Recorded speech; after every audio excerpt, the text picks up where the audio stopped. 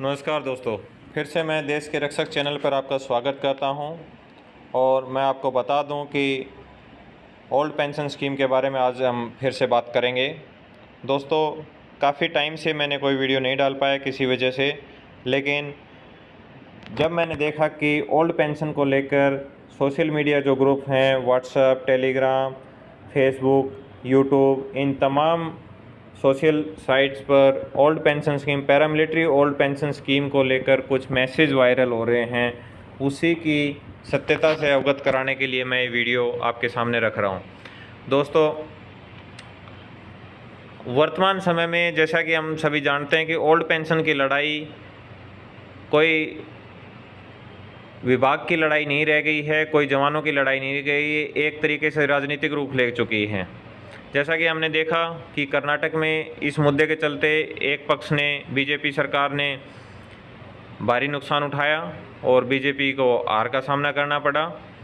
इससे पहले हिमाचल में हमने देखा, पंजाब में देखा, इस मुद्दे ने, ओल्ड पेंशन स्कीम के मुद्दे ने अहम रोल निभाया।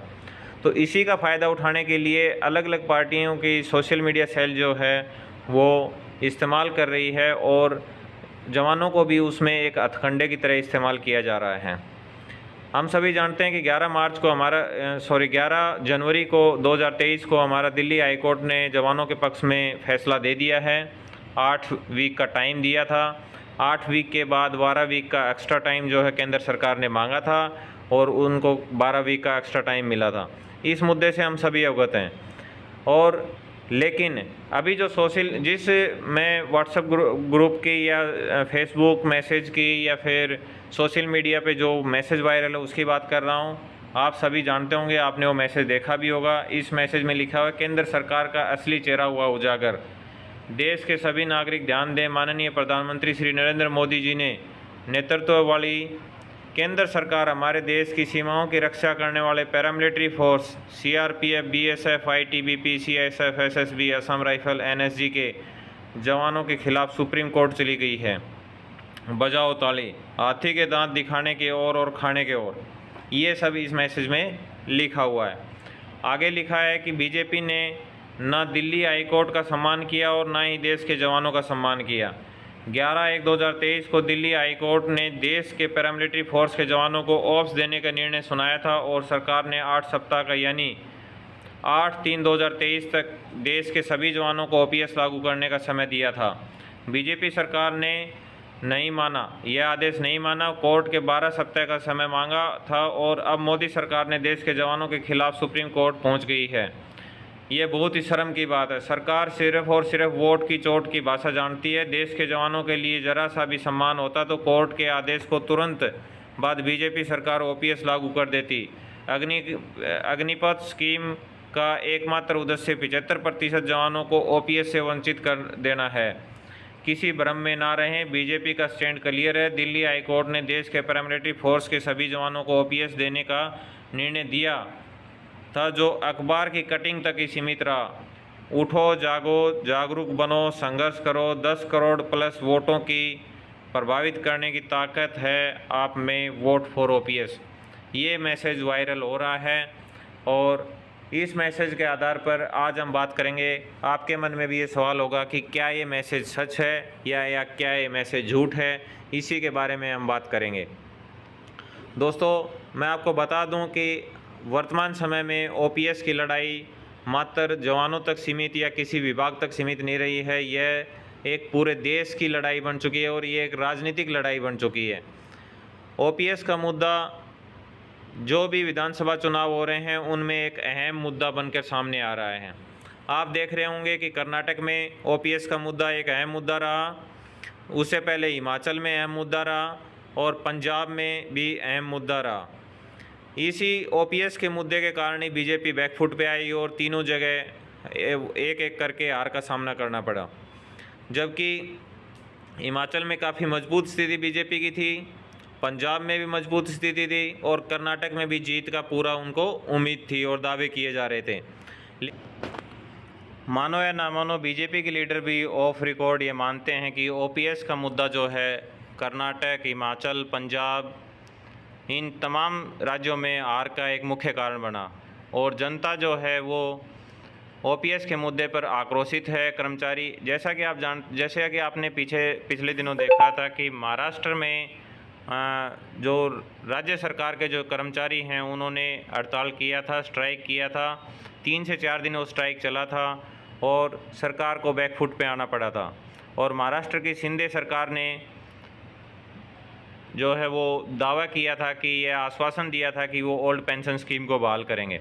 तो दोस्तों, क्योंकि 17 से 18 लाख कर्मचारी एक महाराष्ट्र स्टेट के अंदर आक्रोशित थे, आंदोलित थे और स्ट्राइक पर थे, जिसके कारण राज्य सरकार को बड़ी मुसीबत का सामना करना पड़ा। 17 से 18 लाख कर्मचारी जब एक स्टेट में हैं तो आप समझिए कि एक परिवार में कम से कम 4 से 5 सदस्य होते हैं। तो लगभग 1 करोड़ वोट डायरेक्ट इफेक्ट होते हैं सिर्फ इस ओपीएस के मुद्दे के चलते राज्य सरकारों में। तो राज्य सरकार में ये बहुत ही अहम मुद्दा है और 1 करोड़ वोट कम नहीं होते, ये किसी भी पार्टी के हार या जीत का कारण बनते हैं। और इस 1 करोड़ वोट को प्रभावित करने किसी भी तरीके से आप प्रभावित नहीं कर सकते, ना रैली से, ना नरेंद्र मोदी जी के चेहरे से, ना किसी और मुद्दे से, ना 370 के मुद्दे से, ना राम मंदिर के मुद्दे से। हिंदुस्तान है, जैसा कि हम जानते हैं कि भारत देश में पैसे को इतनी अहमियत दी जाती है और लोगों की ज़रूरतें ऐसी हैं, महंगाई चरम सीमा पर है, आमदनियाँ कम हैं और इन सब मुद्दों को देखकर एक रुपए के लिए लोग संघर्ष करते हैं। और ओल्ड पेंशन का मुद्दा तो प्रत्येक कर्मचारी पर लाखों करोड़ों रुपए की चोट मारता है, हर महीने उनकी आमदनी को प्रभावित करता है। 10% डायरेक्ट उनका डिडक्शन होता है, उसको प्रभावित करता है, बुढ़ापे का सहारा है। ये तमाम मुद्दे कोई छोटे मुद्दे नहीं हैं और इन मुद्दों के चलते प्रभाव पड़ना लाजमी है और जो प्रभाव देखने को मिल ही रहा है आने वाले समय में। और इसी प्रभाव से बचने के लिए निर्मला सीतारमण जी ने ये घोषणा की थी संसद में कि वो एक समिति का गठन कर रही हैं और समिति का गठन भी हुआ और उसके बाद वो समिति की रिपोर्ट अभी तक अवेटेड है, आई नहीं है, उसका इंतज़ार है। लेकिन उस समिति से भी कर्मचारी संगठन जो हैं वो संतुष्ट नहीं है, क्योंकि कर्मचारी संगठनों का साफ साफ कहना है कि उस एनपीएस सुधार समिति में कोई भी कर्मचारी संगठन का प्रतिनिधित्व नहीं मांगा गया है, ना शामिल किया गया है और ना ही कोई सुझाव मांगा गया है।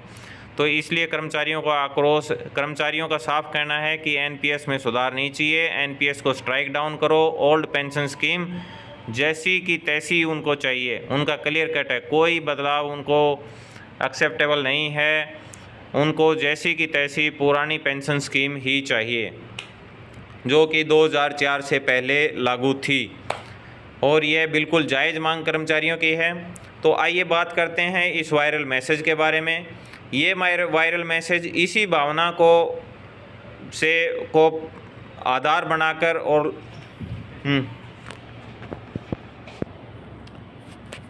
ये जो वायरल मैसेज है ये भी इसी भावना के आधार पर, इसी मुद्दे के आधार पर बनाया गया है कि कर्मचारियों में कितना आक्रोश है और केंद्रीय कर्मचारियों में भी खास के भारत देश में सैनिकों के बड़ा सम्मान किया जाता है और सेना का बड़ा सम्मान किया जाता है। और सेना के मुद्दे पर जैसे कि आपने पुलवामा के बाद देखा कि सर्जिकल स्ट्राइक 2 किया तो उसके बाद जो है वो बीजेपी का एक मुख्य आधार बना, वोट बैंक क्रिएट हुआ और बड़ा अहम मुद्दा होता है। क्योंकि गांव के प्रत्येक गांव से, लगभग गांव के इलाकों से हर घर से सैनिक निकला होता है। तो हर घर से सेना में कोई ना कोई जवान होता है, तो सेना से जुड़े हुए मुद्दे डायरेक्ट लोगों को छूते हैं। तो इस प्रकार से, और ये मैसेज का मकसद एक ही है कि कांग्रेस सरकार जो है वो इसका लाभ उठा रही है उस मुद्दे का, जिसका लाभ उनको हिमाचल में मिला, आपके कर्नाटक में मिला और आने वाले समय में हरियाणा में चुनाव है, मध्य प्रदेश में चुनाव है। तो यहाँ भी उनको कन्फर्म है कि अगर बीजेपी ओल्ड पेंशन स्कीम लागू करने की घोषणा नहीं करती है तो कांग्रेस का इस मुद्दे का ज़रूर से ज़रूर फ़ायदा मिलेगा और बीजेपी को हार का सामना वहाँ भी करना पड़ेगा। तो इसी के साथ 2024 में भी कांग्रेस ही इसको फ़ायदा मिले, सेंट्रल गवर्नमेंट में फ़ायदा मिले और एक ओवरऑल जो एक लहर जो है ओल्ड पेंशन स्कीम के पक्ष में और बीजेपी के खिलाफ बने, इसी से प्रोत्साहित होकर ये मैसेज डाला गया है।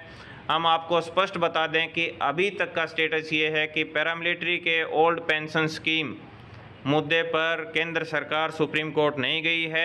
भविष्य में चली जाए उसकी कोई गारंटी नहीं है, लेकिन आज दिनांक 20 मई तक केंद्र सरकार सुप्रीम कोर्ट नहीं गई है।